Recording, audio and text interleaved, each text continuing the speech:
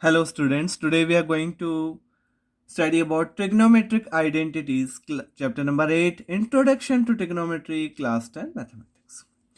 An equation is called an identity when it is true for all values of the variables involved. Equations. Similarly, an equation involving trigonometric ratios of the angles is called trigonometric identity if it is true for all values of the angles involved. So trigonometric identities. Just you have seen the previous classes identities a plus b the whole square, a square plus 2ab plus b square, then a cube plus b cube, and so on. So different identities you have studied. Similarly, we have to study trigonometric identities. So consider a right angle triangle ABC.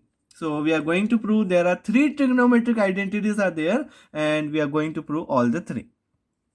So consider right angled triangle ABC, right angled at B पे हमने right angle बना दिया, right angle at B. Now we know by Pythagoras theorem AB square plus BC square equals to AC square. AB square plus BC square equals to AC square, and this equation number 1, and reason is Pythagoras theorem.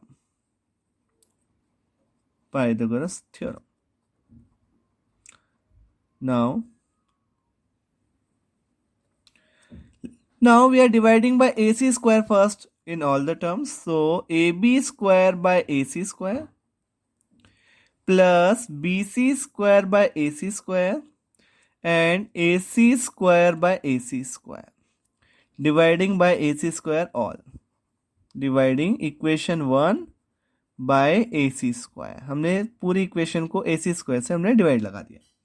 So AB upon AC means AB upon AC का whole square. BC square upon AC square means BC upon AC का whole square. And AC square cancel out, that means 1. Now what is AB upon AC? See, AB upon AC with respect to this angle, what is AB upon AC? And we are taking angle as A. Theta अगर हम यहाँ ले लेते हैं, theta हमने यहाँ ले लिया, ये थीटा हमने यहाँ प्रेजेंट कर लेते हैं, ये थीटा हमने यहाँ मान लेते हैं, ये थीटा आप यहाँ भी मान सकते हैं. थीटा हमने अगर यहाँ ले लेते हैं तो ए बी अपन ए सी क्या हुआ, ए बी क्या हुआ बेस और ए सी क्या है हाइपोटेन्यूस. तो बेस अपन हाइपोटेन्यूस क्या होता है कोस, तो कोस थीटा. तो राइट कोस स्क्वायर थीटा. और BC upon AC, BC upon AC अगर थीटा हमने यहाँ ले रखा है तो BC क्या हुआ परपेंडिकुलर अपन हाइपोटेन्यूस क्या होता है साइन. तो साइन और ये स्क्वायर चल रहा है ऊपर, साइन स्क्वायर थीटा इक्वल्स कितना हो गया 1. तो ये हमारी फर्स्ट इक्वेशन आ गई. First equation means first identity आ गई, ट्रिग्नोमेट्रिक फर्स्ट आइडेंटिटी हमारे पास आ गई कि sine square theta plus cos square theta कितना होता है 1 होता है. Now if we divide by, अगर इसी इक्वेशन को हम AB स्क्वायर से डिवाइड लगा देते हैं, सपोज करो AB स्क्वायर से डिवाइड लगाते हैं. नाउ डिवाइडिंग,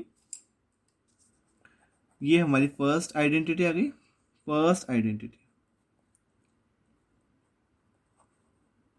ये फर्स्ट ट्रिग्नोमेट्रिक आइडेंटिटी हमारे पास आ गई. अब नाउ डिवाइडिंग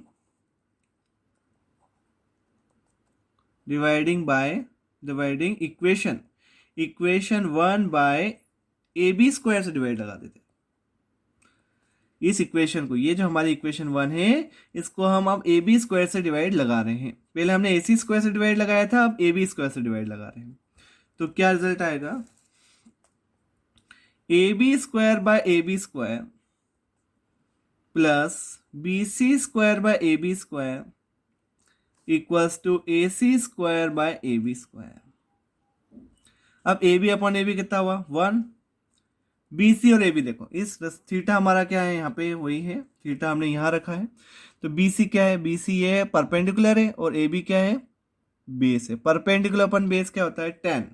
तो ये हो जाएगा हमारे पास 10 टेन स्क्वायर थीटा, हमने स्क्वायर ले लेंगे common, equals to A C upon A B कितना होगा, same A C upon A B देख लीजिए, ए सी अपॉन ए बी मतलब हो गया आपका हाइपरटेन्यूस अपॉन बेस, और हाइपरटेन्यूस अपॉन बेस होता है सेक थीटा, तो ये हो जाएगा हमारा सेक स्क्वायर थीटा।